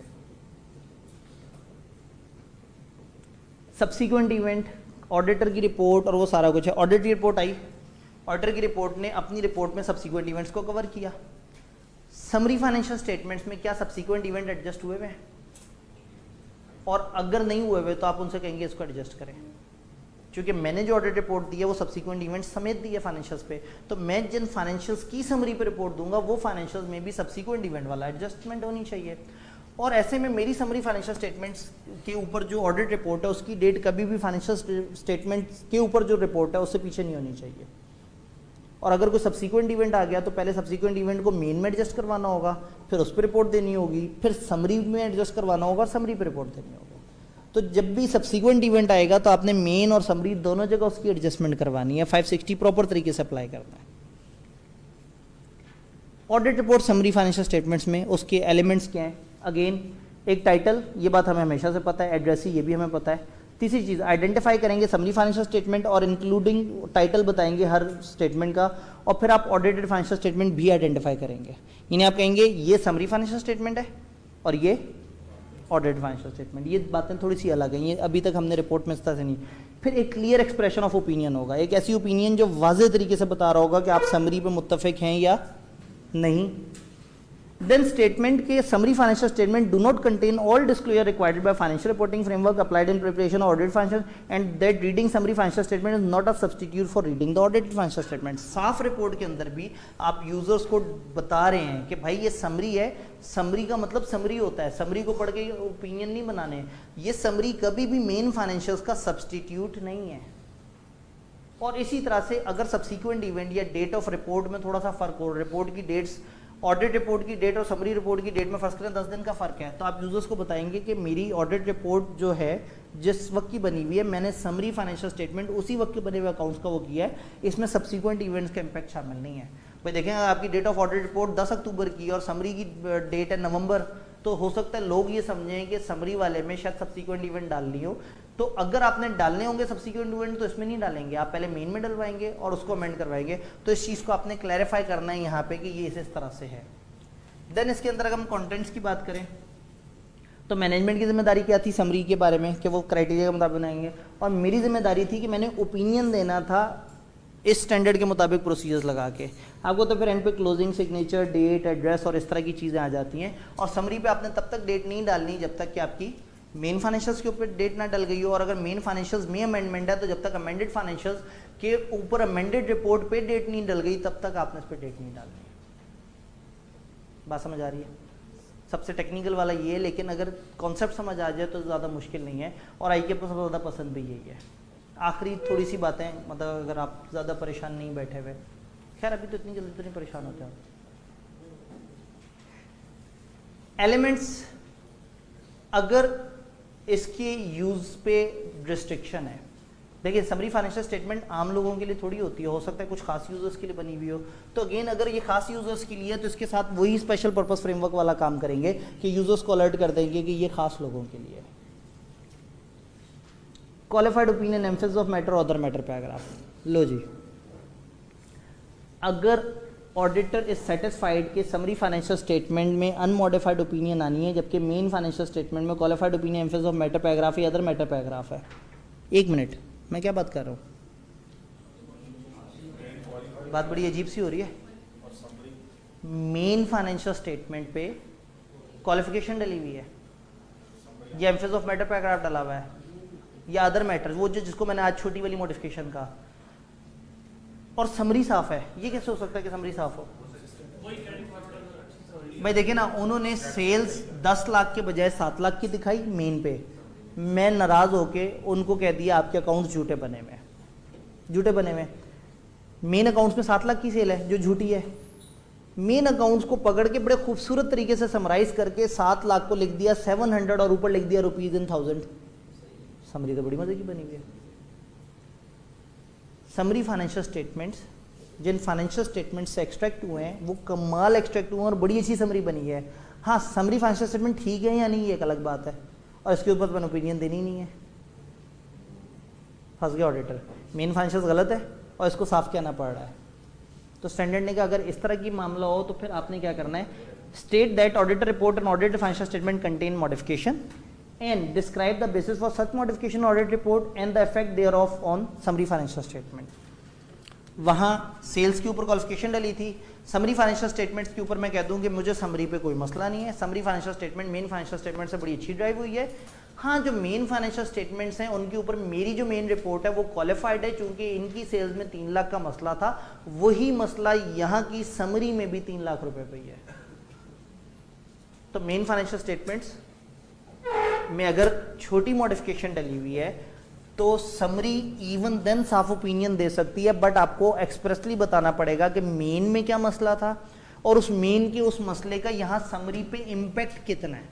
आप ये तो नहीं कह रहे कि समरी झूठी बनी हुई है, समरी तो बड़ी अच्छी समराइज हुई हुई है, मगर समरी के अंदर वो जो अमाउंट आ रही है वो इसलिए गलत है कि जो मेन में अमाउंट है आपने उसके ऊपर एतराज किया है। ये तो हो गया छोटे वाला मसला।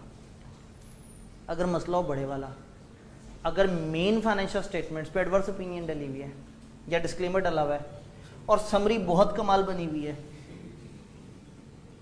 तब आप एक तो ये बता देंगे कि मेन पे एडवर्स या डिस्क्लेमर ऑफ ओपिनियन है, उसकी बेसिस बताएंगे और फिर कहेंगे भाईजान हालात इतने संगीन है कि मुझे मुनासिब ही नहीं लग रहा कि मैं समरी पे कोई बात करूं। डिस्क्लेमर, दस्ती डिस्क्लेमर, यानी समरी में तो हल्का खेलना ही नहीं है ना, क्वालिफाइड पे तो सोचना ही नहीं है, थोड़ी सी भी खराबी एडवर्स ओपिनियन। मेन फाइनेंशियल जिससे समरी एक्सट्रैक्ट हुई है, जब उन पे इतनी बड़ी खतरनाक ओपिनियन डल गई है तो समरी पे रिपोर्ट देना बहुत खतरनाक है कि ये लोग क्या करेंगे, मेन रिपोर्ट और मेन अकाउंट छुपा लेंगे और समरी फाइनेंशियल और समरी रिपोर्ट शो करेंगे कि देखो ऑडिटर ने साफ ओपिनियन दी है। तो ऐसे में चूंकि उसके ऊपर बड़ी वाली को मॉडिफिकेशन डल चुकी है, देन ऑडिटर यहाँ पे डायरेक्टली डिस्क्लेमर देगा, अगर ये सारी बातें समझ आई। कंपैरेटिव, अगर मेन पे कंपैरेटिव डले हुए तो समरी पे भी आने चाहिए, और उन कंपैरेटिव को भी वैसे ही समराइज करना होगा जैसे कि मेन को समराइज किया। तो कंपैरेटिव के बारे में भी आप देखेंगे कि अगर मेन पे कंपैरेटिव है और समरी में कंपैरेटिव ना डालने से यूज़र मिसलीड हो सकते हैं, तो फिर आपकी ख्वाहिश होगी कि समरी पे भी कंपैरेटिव डालें। Unaudited supplementary information with summary बिल्कुल वैसे ही है जिस तरह से 700 में हमने पढ़ा था, जैसे सप्लीमेंट्री इन्फॉर्मेशन होती थी मेन फाइनेंशियल्स के साथ, इसी तरह से अनऑडिटेड सप्लीमेंट्री इन्फॉर्मेशन आप गौर से देखेंगे तो आपको तकरीबन वही वाली बातें दोबारा रेप्लिकेट होती नजर आएंगी। तो ये अगेन ये कोई लंबी साइंस नहीं है, ये वाली चीज़ बिल्कुल उसी तरह से वैलिड है। ऑडिटर की एसोसिएशन, अगर ऑडिटर को लगता है कि एंटिटी ये प्लान करती है कि वो बताए ऑडिटर ने समरी को ऑडिट किया है एक ऐसे डॉक्यूमेंट में जिसमें समरी फाइनेंशियल स्टेटमेंट है, तो ऑडिटर कहेगा जब मुझे इल्ज़ाम दिया है कि मैंने ऑडिट किया है तो मेरी रिपोर्ट भी डालो। अगर एक डॉक्यूमेंट में समरी फाइनेंशियल स्टेटमेंट है और वो कह रहे हैं कि हमारे ऑडिटर ने इस पर ऑडिट किया है, तो फिर ऑडिटर की उसके ऊपर ऑडिट रिपोर्ट भी मौजूद होनी चाहिए। अगर मैनेजमेंट ऐसा ना करे तो ऑडिटर जो है वो मैनेजमेंट को कहेगा कि आप मुझे एसोसिएट मत करें, आप कह दें कि ये समरी फाइनेंशियल स्टेटमेंट है, बड़े प्यारे हैं, मगर ये मत कहीं ऑडिट हुआ हुआ है। अगर आप कह रही हैं ऑडिट हुआ हुआ है तो फिर वाजिब है कि मेरी ऑडिट रिपोर्ट डालें, और अगर आप ऐसा नहीं करते तो मैं लीगल एक्शन लूँगा, क्योंकि डर लगता है ना उसे कि अगर वो किसी भी जगह कहते हैं समरी फाइनेंशियल स्टेटमेंट और ऑडिट हुए हैं और आगे मत बताएं कि ऑडिटर ने क्या बोला और ना उसकी रिपोर्ट अटैच करें, तो हो सकता है वो कहें कि ये समरी फाइनेंशियल स्टेटमेंट और ये बड़ी फलाना अजीम लेवल की फर्म ने ऑडिट किए हुए हैं, तो लोगों का फ़ौरन से अकीदा बन जाए और वो कहें यार कमाल फाइनेंशियल स्टेटमेंट्स हैं। तो अगर आपको एसोसिएट कर रहे हैं तो फिर आपने प्रॉपर तरीके से उनको कहना है और आपने शायद लीगल एक्शन लेने की कोशिश करनी है या आपने इंटेंडेड यूजर्स को इन्फॉर्म करने की कोशिश करनी है। आखिरी बात, अगर ऑडिटर फाइनेंशियल स्टेटमेंट्स पे ऑडिट करने आया है जबकि वो समरी पे ऑडिट करने नहीं आया, ये कैसे हो सकता है? हमने तो कहा था ऐसा नहीं हो सकता, हमने इसके ऑपोजिट को मना किया था। अगर मेन का उसने ऑडिट किया है तो ही वो समरी का ऑडिट एक्सेप्ट कर सकता है, यानी समरी का ऑडिट एक्सेप्ट करने के लिए मेन ऑडिटर होना ज़रूरी है, लेकिन ज़रूरी नहीं कि मेन ऑडिटर आप हैं तो समरी में वो आपको लिफ्ट भी कराएं। तो अगर ऑडिटर ने फाइनेंशियल स्टेटमेंट्स पे ऑडिट किया और समरी पे ऑडिट नहीं किया और उसके बाद एंटिटी एक स्टेटमेंट दे अपने डॉक्यूमेंट्स में जो कि ये बताएं कि हमारा ऑडिटर ने ऑडिट, आप फर्स्ट करेंगे जुमला लिखो, हमने अपने ऑडिटर से अपने फाइनेंशियल स्टेटमेंट्स ऑडिट करवाए, वो फाइनेंशियल स्टेटमेंट बड़े अच्छे थे और ऑब्वियसली जब ऑडिटेड फाइनेंशियल स्टेटमेंट से एक बड़ी कमाल लेवल की समरी जनरेट हुई तो उसमें भी किसी को कोई मसला नहीं था। आपने तो ऑडिट किया ही नहीं समरी का, तो अब आपको अगर खामखा एसोसिएट किया जा रहा है समरी फाइनेंशियल स्टेटमेंट से, तो ऑडिटर कहेगा जी ऐसे नहीं है, मुझे बिला वजह बदनाम मत करो, मुझे असाइनमेंट दे दो, पैसे दे दो, फिर मेरा नाम लगा दो।